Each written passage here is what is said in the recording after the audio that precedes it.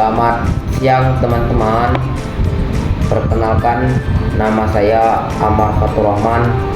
Saya dari kelas 9B ingin mempresentasikan tentang homeostatis, pengertian, mekanisme, faktor, dan contohnya.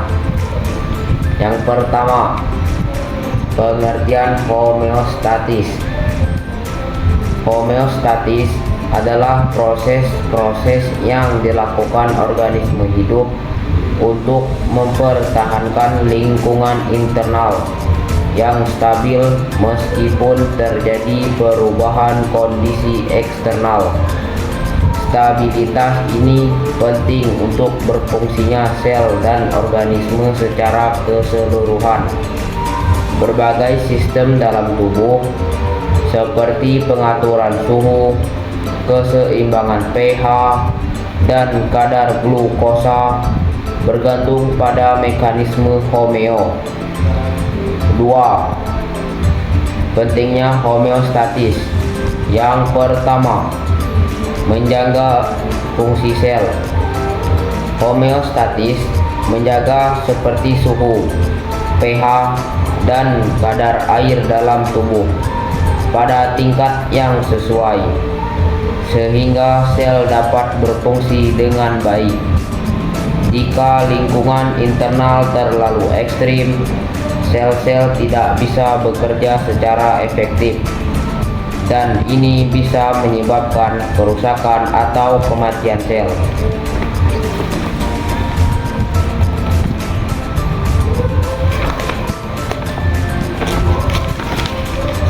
Yang kedua, menjaga keseimbangan energi. Proses homeostatis mengatur kadar gula darah dan hormon yang terlibat dalam penyimpanan serta penggunaan energi. Ini penting untuk menjaga keseimbangan energi dan memastikan tubuh memiliki sumber energi yang cukup untuk beraktivitas. Yang ketiga, menjaga kesehatan dan kelangsungan hidup. Homeostatis membantu tubuh bereaksi terhadap stres dan mempertahankan kondisi yang mendukung kelangsungan hidup. Yang ketiga, mekanisme homeostatis. Mekanisme homeostatis melibatkan berbagai sistem dalam tubuh yang bekerja sama untuk menjaga stabilitas internal. Mekanisme ini umumnya dikendalikan oleh umpan balik atau feedback, terutama umpan balik negatif yang mendeteksi perubahan dari kondisi normal dan merespon untuk mengembalikan keseimbangan. Contoh mekanisme homeostatis. Yang pertama, pengaturan suhu tubuh. Ketika suhu tubuh meningkat, tubuh akan berkeringat dan pembuluh darah melebar untuk melepaskan panas. Yang kedua, sebaliknya, ketika suhu tubuh menurun, tubuh akan menggigil dan pembuluh darah menyempit untuk mempertahankan panas.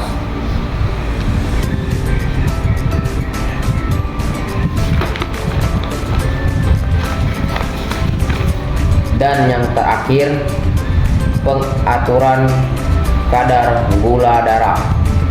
Hormon insulin dan glukagon bekerja sama untuk mengatur kadar gula darah.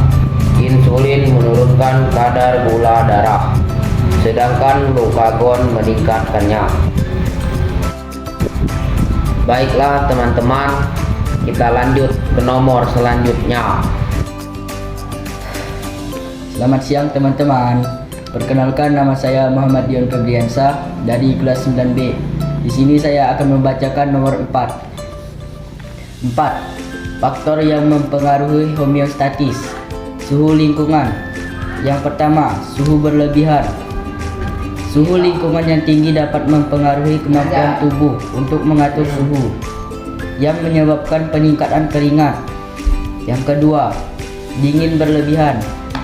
Suhu yang sangat rendah dapat menyebabkan penurunan suhu tubuh atau hipotermia yang berbahaya bagi fungsi organ jika tidak ditangani dengan cepat.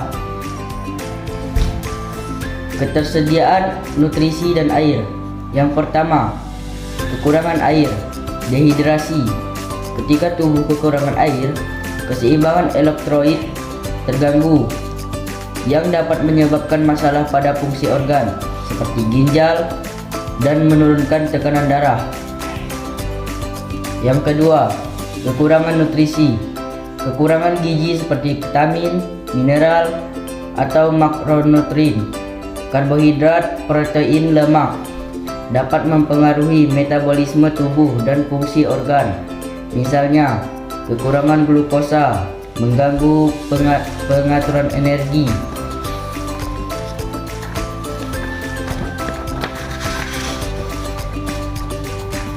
Gangguan sistem endokrin. Yang pertama, ketidakseimbangan hormon. Hormon adalah regulator penting dalam homeostatis, dan gangguan pada sistem endokrin seperti pada kelenjar tiroid, pankreas, atau adrenal dapat mengacaukan proses ini. Stres fisik dan psikologi. Stres memicu pelepasan hormon seperti kortisol dan adrenalin yang dapat mengganggu berbagai proses homeostatis. Kadar oksigen. Kekurangan oksigen, hipoksia, dapat terjadi di lingkungan dengan ketinggian tinggi atau ketika ada gangguan pernapasan. Tubuh merespons dengan meningkatkan frekuensi pernapasan dan mempercepat detak jantung untuk meningkatkan distribusi oksigen ke jaringan. Infeksi dan penyakit. Yang pertama, infeksi. Ketika tubuh melawan infeksi, homeostatis dapat terganggu.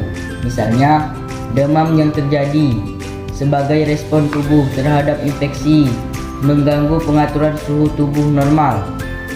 Yang kedua, penyakit kronis. Penyakit seperti diabetes, penyakit jantung, atau gangguan ginjal secara langsung mempengaruhi kemampuan tubuh untuk mempertahankan keseimbangan normal, seperti kadar gula, tekanan darah, dan keseimbangan cairan.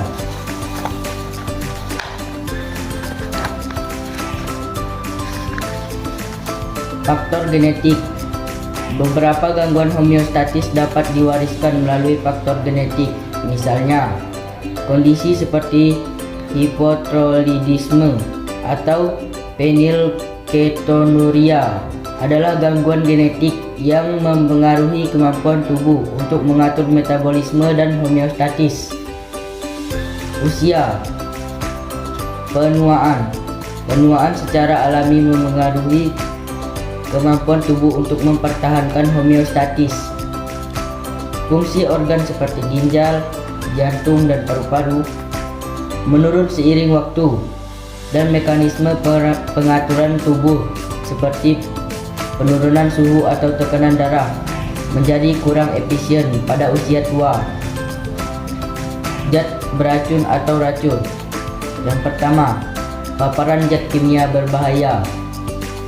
Kontamin atau racun dalam makanan, udara, atau air dapat mengganggu homeostatis. Misalnya, keracunan logam berat seperti merkuri atau timbal dapat merusak sistem saraf dan ginjal.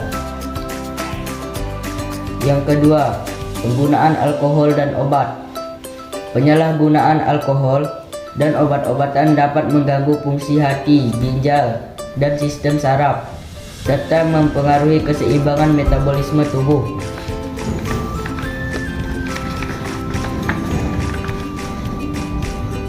Aktivitas fisik. Olahraga berat. Aktivitas fisik dapat menyebabkan peningkatan suhu tubuh, kelelahan, dan kekurangan elektrolit. Tubuh merespons dengan berkeringat untuk mendinginkan diri dan mempercepat laju metabolisme untuk memenuhi kebutuhan energi. Baiklah teman-teman, sekian dari saya. Kita lanjut ke nomor selanjutnya. Selamat siang teman-teman. Perkenalkan, nama saya Intan Kasturi, saya dari kelas 9B. Nomor 5, gangguan hemostatis. Jika mekanisme hemostatis terganggu, dapat menyebabkan berbagai penyakit seperti 1. Diabetes mellitus, gangguan pada pengaturan kadar gula darah.